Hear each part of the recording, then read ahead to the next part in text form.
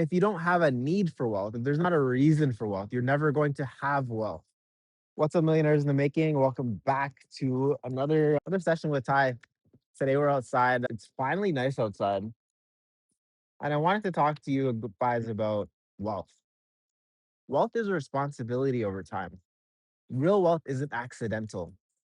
It's a result of consistent behavior over long periods of time, earning with intention, spending with awareness, protecting what you build, and learning how money can work for you instead of against you. Financial freedom doesn't mean unlimited consumption, it means optionality. So many people say that they want to be wealthy, they want generational wealth, but how is their day to day backing that up? How is their day to day reflecting the wealth that they intend to have? When you think about your future, right? When you think about your dream life, your dream potential, your dream possibilities, and you think of wealth factoring into that, why do you want to be wealthy? What is the why behind the wealth? What is that reason or vision behind the desire or need to get wealthy? Nature is a very interesting thing. It literally gives us what we need. And if you don't have a need for wealth, if there's not a reason for wealth, you're never going to have wealth. Money doesn't just all of a sudden show up. And even if it did show up, it's not going to last. It's not going to be there forever. So the more intentional you are, the more responsibilities you take on, the more wealth comes to you, the more wealth flows to you. Being able to say no when something doesn't align with you, or being able to choose quality over urgency is financial freedom and is the true wealth. I was talking to one of my coworkers yesterday, actually, and I was asking her some questions. I'm working on a new product for folks in the fitness industry to help them with their finances. And I asked, how much money would you like to have? How much money do you need to have to be able to live your dream life? And she shared a very interesting response of it's not about how much money that she makes. The question is how to eliminate her expenses. She'd be happy with 30,000 a year if she had no expenses. I don't have to pay for my rent, my car, my all other than just covering my food and enjoying life, going and having a good time. Those are the expenses. Cool, great. 30K a year is more than enough. And it really got me thinking. When we think about building wealth for the next generation, are we choosing to take that responsibility now so that the next generation can focus on living more intentionally? Are we thinking about acquiring houses to pass them down? Are we thinking about getting the right insurances to then protect the family and pass things down? Wealth is responsibility. Now, money is a tool, and any tool, it can be used to build or it can be to destroy. Okay, you either build or destroy. Where do you come from? Depending on how intentionality is handled, you will get either or. Now, this is a fundamental thing, fundamental aspect, fundamental pillar. I always tell folks yourself, your fitness, and your finances are your three core pillars. Once you have those three locked in, then you can support family, you can support fun, you can support education, you can start to balance out the other ones and elevate the other ones. But you got to get those three foundational ones. When used well, money supports your health, your family, your experiences, your contribution. How do you give back to society? And society starts with your family. How do you give back to your family, your loved ones, the ones that you care about? How do you better support them?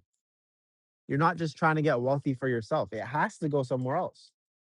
Now, when used poorly, it amplifies stress, distraction, and avoidance. Finances and learning financial education is about learning how to direct this tool so it supports the life that you're building. And you want to do this instead of undermining it. So many folks find themselves doing. When we think about wealth, this is alignment over accumulation. We don't need to just keep on hoarding, gathering more and more, give me more, give me more. We want to better align ourselves with the future that we want. A financially aligned life isn't defined by how much you earn. Are you building stability or are you constantly patching leaks? Are you investing in growth or just maintaining appearances? Are your financial decisions supporting your long term vision or just your current comforts? What makes the most sense for you? What are you going to do?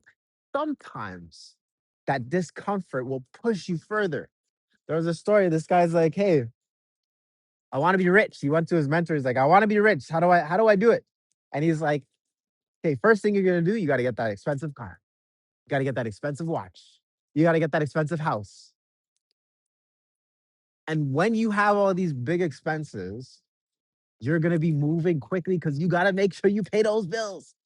You'll have more money coming because now there's a reason to have more money flowing. One way that discomfort pushes you. Another thing, someone said, "Hey, get married. You have a family to take care of. You have a why to go forth and make that money. And you don't have a choice." I think Casey Neistat, an amazing YouTuber, he said it wasn't until he had his first son that all of a sudden he's like, "I got to make stuff happen. I need to go start making money." And that's the story for so many folks. Their child came into the world, and now they had a bigger reason than themselves to go and make their goals a reality, to go and make things happen. That discomfort can push you a little bit more. It gives you more responsibility to go out into the world and create, to make something more. There's now a reason for wealth. If you were to think 500 years into the future, I know it seems long, but realistically, it's only five people, five or so generations down the line. So you think five people into the future, what is their life like? How did you best support them and make sure that they're blessed so that your lineage can continue, so that they can be in a better position than you were? Wealth is tied to responsibility. So, first thing I'm gonna tell y'all is, because I'm reading straight from my book, Stop Drifting. I want to help as many of you guys as I can.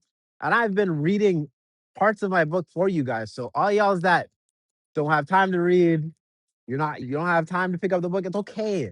I'm here reading it to you piece by piece. And this is a piece from the chapter of finance. But I encourage you to grab a copy of the book, Stop Drifting, get your life in order. Okay. Stop drifting, start living intentionally, master your 6 pillars. And I want to know, what is a reason, what's a responsibility that you have in your life or that you foresee in your plan that is aligned with you becoming wealthy? What is your why for getting wealthy?